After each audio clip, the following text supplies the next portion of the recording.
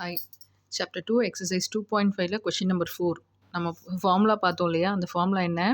இப்போ இங்கே வந்து அந்த ஃபார்முலாவை யூஸ் பண்ணி இந்த சம் பார்க்க போகிறோம்.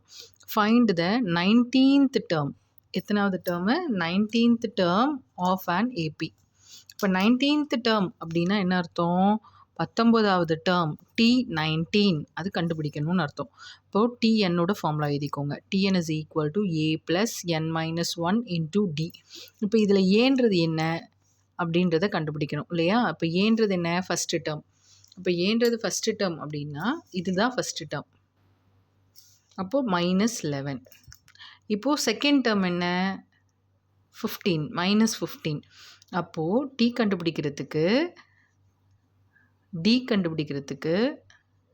T2 minus T1 is equal to second term என்ன? -15 -11 -15 + 11. இப்போது இதை சப்ராக்ட் பண்ணி எழுதணும். இது மைனஸில் இருக்குது, இது ப்ளஸில் இருக்குது. எப்படி ப்ளஸ்ஸாக மாறிச்சு? மைனஸும் சேர்ந்து இங்கே ப்ளஸ்ஸாக மாறிடுச்சு. அப்போது -15 + 11 சப்ராக்ட் பண்ணால் என்ன வரும்? 4. இப்போ 4ன்றது எப்படி எழுதணும்? பெரிய நம்பர் 15ன்றதுனால -4 அப்படின்னு எழுதணும். 11க்கு ப்ளஸ் இருக்குது, 15க்கு மைனஸ் இருக்குது. அப்போ பெரிய நம்பர் எது? 15. அதப்போ 15க்கு மைனஸ் இருக்கிறதுனால -4. இப்போ என்னோட வேல்யூ என்ன? என்னோட value 19th term.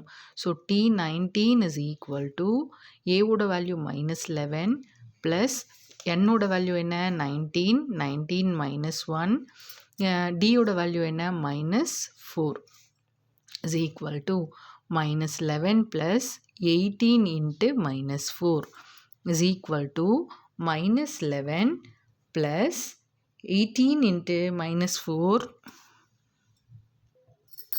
18 into -4ஓட value என்னன்னு வரும்?